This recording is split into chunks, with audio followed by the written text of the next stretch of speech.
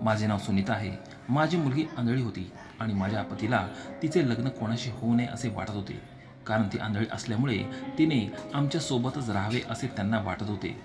पण एके दिवशी तिच्यासाठी चांगले स्थळ चालून आले, त्यामुळे मी कसलाच विचार न करता लगेच तिचे लग्न लावून दिले।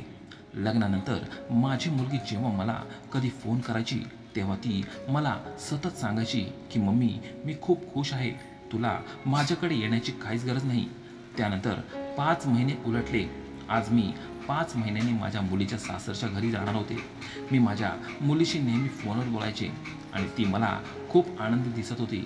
तिचा आनंदाने भरलेला आवाज ऐकून माझे मन प्रसन्न व्हायचे आणि मी माझ्या नवऱ्याला म्हणायची, बघा, मी माझ्या मुलीचे लग्न करायला नको, मी तिला नेहमीच माझ्याकडेच ठेवीन, कारण ती आंधळी आहे, पण आता बघा, ती तिच्या नवऱ्यासोबत तिच्या आयुष्यात किती सुखी आहे। आता मी नेहमी देवाकडे प्रार्थना करते की देव माझ्या मुलीला नेहमी आनंदी ठेवो। यावर माझे पती दीर्घ श्वास घेत म्हणाले, सुमन, मी या काळजीत होतो की आपली मुलगी आंधळी आहे, तिला काही दिसत नाही। लग्नानंतर सासरच्या घरातील तिची कामे ती कसे करेल? मला कुठे माहीत होते की माझ्या मुलीची इतकी काळजी घेणारे आणि तिच्यावर इतकं प्रेम करणारे सासरचे लोक तिला मिळू शकतील। लोकांच्या मुली एवढ्या मोठमोठ्या घरात देऊन सुद्धा सुखी नसतात, पण माझी मुलगी आंधळी असतानाही तिच्या सासरच्या घरी सुखी आहे। आमची मुलगी दुसऱ्या शहरात राहायची आणि ते ठिकाण इथून 4 तासांच्या अंतरावर होते, त्यामुळे तिकडे जाणे परवडत नव्हते। एके दिवशी मी माझ्या स्वप्नात पाहिले की माझी मुलगी अस्वस्थ बसून रडत आहे आणि तिचा नवरा तिला मारहाण करून तिच्याशी भांडत आहे आणि ती पुन्हा पुन्हा आपल्या आई वडिलांना फोन करत आहे। हे दृश्य पाहून मी स्वतःवर नियंत्रण ठेवू शकले नाही। मी लगेच उठले आणि माझ्या पतीला सांगितले की उद्याच मला माझ्या मुलीकडे घेऊन चला। मला माहीत नाही की असे वाईट स्वप्न मला का पडतात। त्यानंतर दुसऱ्या दिवशी मी माझ्या पतीसोबत माझ्या मुलीच्या घरी गेले। जेव्हा आम्ही माझ्या मुलीच्या घराबाहेर पोचलो तेव्हा एक मध्यमवयीन व्यक्तीने दरवाजा उघडला। ते माझ्या मुलीचे सासरे होते, पण दार उघडताच त्यांच्या चेहऱ्यावर एक विचित्र काळजी का उमटली ते कळत नव्हते।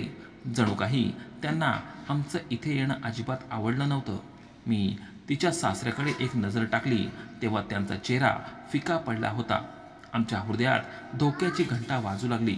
आम्ही आमच्या मुलीला भेटण्यासाठी घरात शिरलो। घरात प्रवेश करताच आम्ही पाहिले की आमची मुलगी तिच्या खोलीत बसली होती। तिच्याजवळ अनेक प्रकारची फळे कापून ठेवली होती आणि ती एसी रूममध्ये बसून एखाद्या राणीसारखी फळे खात होती। ती लहानपणापासूनच आमच्या पावलांचा आवाज ओळखत असे, त्यामुळेच आई वडिलांच्या पावलांचा आवाज तिच्या कानावर पडताच तिने लगेच इकडे तोंड फिरवले आणि विचारले, अहो मम्मी पप्पा, तुम्ही दोघे मला का नाही सांगितलं की तुम्ही इथे येत आहात? असे म्हणत ती पुढे सरकली आणि आम्ही दोघांनी आमच्या मुलीला घट्ट मिठी मारली आणि आम्ही रडू लागलो। आम्ही दुसरा विचार केला होता तसं काहीच नव्हतं। तेवढ्यात मुलीचे सासरे त्याच खोलीत आले आणि म्हणाले, तुम्ही सर्व बसा, मी तुमच्यासाठी पाणी मागवतो। आम्ही आमच्या मुलीजवळ बसलो होतो तेव्हा मी तिला विचारले, निधी, तुझे पती कुठे आहेत? आम्ही आल्यापासून आम्हाला ते दिसलेच नाहीत। हे ऐकून माझी मुलगी निधी लगेच माझ्याकडे आश्चर्याने पाहू लागली आणि म्हणाली, मम्मी, तू हे काय बोलत आहेस? माझे पती इथे तर समोर उभे आहेत।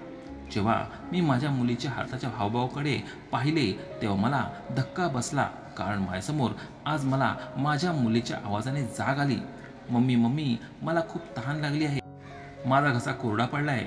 मी गाढ झोपेत होते। मी माझ्या मुलीच्या खोलीत गेले। ती बेडवर उठून बसली होती आणि ती हात पुढे करत मला पाणी मागत होती। माझ्या मुलीला पाहताच मी एक दीर्घ श्वास घेतला आणि लगेच किचनमधून पाण्याचा ग्लास घेऊन आले आणि तिला माझ्या हाताने पाणी पाजले। मला प्रत्येक वेळी माझ्या मुलीच्या अस्वस्थतेबद्दल मनात खूप भीती वाटायची, कारण एकदा माझ्या मुलीवर कोणाची नजर पडली तर तो पुन्हा तिच्यावर नजर टाकायचा। माझी मुलगी दिसायला खूप सुंदर होती, पण तिच्याकडे बघितल्यावर ती आंधळी आहे हे कोणाला लवकर कळत नव्हते। ती आंधळी आहे हे समजल्यावर ते म्हणू लागायचे की तिच्या आईवडिलांच्या कुठल्या तरी मोठ्या पापाची नक्की शिक्षा ती भोगत असावी। एवढी सुंदर मुलगी जन्माला आली आणि तीही आंधळी? नाहीतर अशी सुंदर माणसं या जगात क्वचितच पाहायला मिळतात। माझ्या मुलीला एका जागी गप्प बसलेले पाहिल्यावर मन तुटून जायचे. मलाही वाटायचे की माझ्या मुलीने हे रंगीबेरंगी जग पाहावे आणि तिच्या आई वडिलांना पाहावे. पण आमच्या चेहऱ्याची वैशिष्ट्य तिने फक्त हातानेच ओळखली होती. ती आमच्या आवाजाने आम्हाला ओळखायची. मी माझ्या पतीला पाणी दिले आणि दिवसभर थकलेले माझे गाढ झोपलेल्या पतीकडे खोल नजर टाकली, जे आमच्यासाठी खूप कष्ट करत होते. निधी आम्हाला आमच्या जीवापेक्षा प्रिय होती. जगातली माणसे काहीही विचार करतील, पण आमचा जीव मात्र आमच्या मुलीत होता. ती जेव्हा मोठी झाली तेव्हा माझ्या मनात अनेक चित्रविचित्र विचार येऊ लागले. मी माझ्या आंधळ्या मुलीच्या पुढील आयुष्याची चिंता करू लागले.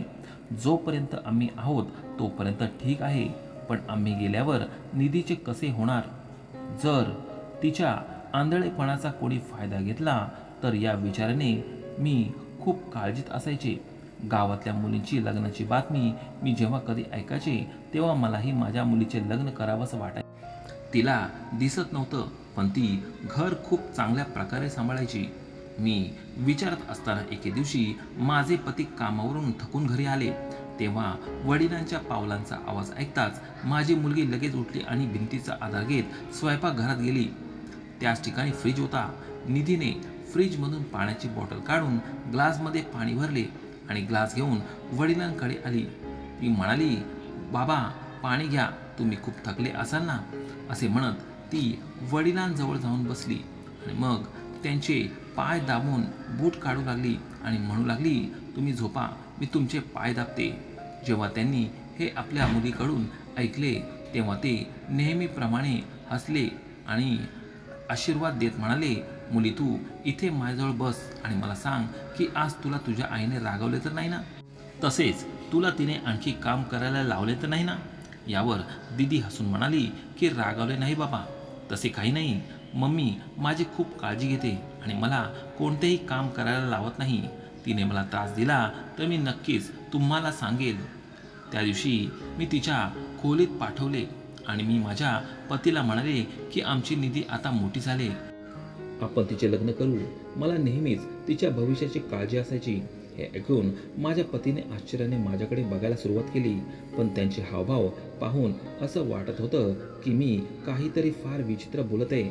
याचा कोणी विचारच केला नव्हता. ते म्हणाले, अगं वेडे, तुझे डोके तर जागेवर आहे ना? नक्की तुला काय म्हणायचंय?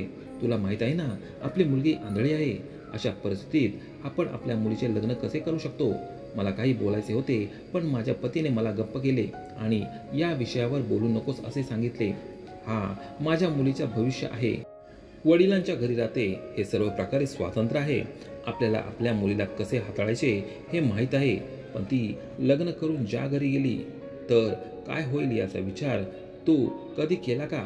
तिला पतीचे काम आणि जबाबदाऱ्या किंवा सासू सासरे हे सगळं आता ती कसं सांभाळणार? जरी ती आंधळी असली तरी या घरातली प्रत्येक वस्तू आणि कानाकोपऱ्यातील माहिती आहे. असे बोलून माझ्या पतीने मला गप्प केले होते. माझी मुलगी भविष्यातील आयुष्य कसे घालवेल?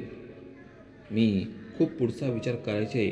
मला अनेक प्रकारचे प्रश्न येऊ लागले. रात्री खडबडीत डोळे उघडे तर मी विचार करत बसायचे की मी आणि माझे पती या जगात राहिले नाही तर माझी मुलगी कुठे जाईल? ती जबाबदारी कोण घेणार? हा विचार करून माझ्या डोळ्यातून अश्रू आले. माझी मुलगी आंधळी असल्यामुळे गावकरी नातेवाईकही चेष्टा करायचे. एक दोन बायका तर म्हणाल्या होत्या की असे मूल जन्माला येण्याआधीच मेलेले बरे. हे ऐकून मला खूप वाईट वाटायचे. लोकांच्या तोंडावर आपण हात कसे ठेवणार? ज्याच्यावर वेळ येते हे त्यालाच कळते. ती जशी जशी मोठी होऊ लागली तसे तसे माझ्या मनात अनेक प्रश्न निर्माण होऊ लागले. मी नेहमीच देवाकडे प्रार्थना करायची आणि म्हणायची की माझ्या मुलीसाठी एखादे चांगले स्थळ यावे आणि माझी मुलगी तिच्या सासरी सुखी राहावी. माझी मुलगी दिसायला खूपच सुंदर होती. तिची वागणूक ही खूपच चांगली होती. तिला घरात कुठे काय आहे याची काही कल्पना आली तर ती प्रत्येक काम अगदी चोख करायची. एके दिवशी मी तांदूळ निवडत बसले होते तेव्हा मुला मुलींचे लग्न जमवणारी एक महिला आमच्या घरी आली आणि म्हणाली की कुठून तरी मला तुमच्या घराविषयी मुलीबद्दल कळले आहे की तुमच्या घरात एक सुंदर तरुण मुलगी आहे. मी तुमच्या मुलीचे लग्न जमवण्यासाठी आली आहे. तिचे म्हणणे ऐकून मी आश्चर्यचकित झाले आणि तिला म्हटले की कदाचित तुम्हाला माहीत नसेल की माझी मुलगी आंधळी आहे. तिला काहीही दिसत नाही. आम्हाला तिचे लग्न करायचे नाही. यावरती ती महिला म्हणाली की तिला हे सर्व माहीत आहे आणि मी मुलाकडच्यांनाही सांगितले आहे. मात्र त्यांना सुद्धा काहीच अडचण नसल्याने असे त्यांचे म्हणणे आहे. तर मुलगा चांगल्या कुटुंबातील असून एकुलता एक आहे. तुमच्या मुलीला तो खूप आनंदात ठेवेल. त्या मुलाची स्तुती ऐकून मी आनंदी झाले आणि पुन्हा एकदा माझ्या मनात आशा निर्माण होऊ लागली की माझ्या मुलीचे लग्न याच घरात व्हावे. त्याला माझ्या मुलीच्या अंधत्वाची कोणतीच समस्या नव्हती. ते श्रीमंत लोक होते. घरात घरकामाला नोकर आणि मोलकरीण होत्या. माझ्या मुलीची चांगली वागणुकीमुळे आणि तिला चांगले वळण असल्यामुळे त्यांना माझी मुलगी आवडली होती. पण एक गोष्ट मला समजली नाही की त्यांना माझ्या मुलीबद्दल कसे कळले. बरं, रात्र होताच मी माझ्या पतीलाही सांगितले. यावर ते म्हणाले, तू वेडी आहेस. तुला तुझ्या मुलीचे आयुष्य नरक का बनवायचे आहे? तिने कोणाशीही लग्न करावे असे मला मुळीच वाटत नाही. मी माझ्या नवऱ्याला खूप समजावलं पण त्यांनी ऐकूनच घेतले नाही. दुसऱ्या दिवशी माझ्या सांगण्यावरून ते लोक आमच्या घरी आले. त्यावेळी माझे पती घरीच होते. ते लोक खूप चांगले होते. माझ्या मुलीला पाहताच त्यांच्यातल्या एका महिलेने माझ्या मुलीला मिठी मारली आणि म्हणाले की तूच आमची सून होणार. माझ्या पतीने तिच्याकडे घाबरून पाहिले आणि सांगितले की मला माफ करा पण आमची मुलगी आंधळी आहे आणि तिचे लग्न आम्हाला करायचे नाही. लग्नानंतर मुलीवर अनेक जबाबदारी असतात आणि त्या जबाबदाऱ्या ती पार पाडू शकत नाही. तुम्ही हे सर्व आमच्यावर सोडा असे ती म्हणू लागली. ती पहिल्यांदा आमच्या घरी आली तेव्हा त्यांनी अनेक फळे आणि भेटवस्तूंचे ताटं आणले होते. त्यांनी निधीच्या हातात 15,000 रुपये ठेवले. त्यानंतर काही दिवसांनी ते पुन्हा आले तेव्हा त्यांनी माझ्या मुलीसाठी अनेक भेटवस्तू आणल्या. हे सर्व बघून मी आणि माझे पती आतून विरघळलो होतो. त्या लोकांना आमच्या मुलीमध्ये खरोखरच रस होता. ती बाई आणि तिचा नवरा अतिशय शिष्टाचाराचे होते आणि आमच्या मुलीशी अतिशय नम्रपणे वागले. आम्हाला त्यांचा मुलगाही खूप आवडला होता. मी या नात्याला पहिलेच पूर्णपणे सहमती दिली होती पण माझ्या नवऱ्याने होकार दिला नव्हता. हे नातं मान्य व्हायला त्यांना जवळपास 2 महिने लागले. त्यानंतर माझ्या मुलीचे लग्न ठरले आणि आम्ही तिच्या लग्नाची तयारी करू लागलो. माझी मुलगीही या लग्नाला खूप खुश झाली होती. तिने पाहिले नव्हतं पण मनाच्या डोळ्यांनी सगळं ओळखत होती. जेव्हा त्यांनी लग्नाची तारीख निश्चित करण्यास सुरुवात केली तेव्हा ते त्यांच्या प्रथा आणि परंपरेनुसार सर्व काम करत होते. त्यांनी सांगितले की आम्ही आमच्या रीतिरिवाजाप्रमाणे लग्न करू. मित्रांनो, तुम्हाला ही कथा कशी वाटली मला कमेंट करून जरूर सांगा. तसेच या कथेचा दुसरा भाग आपल्याला पुढच्या व्हिडिओमध्ये जरूर ऐकायला मिळेल. तोपर्यंत व्हिडिओला लाईक करा तसेच चॅनेलला सबस्क्राईब नक्की करा.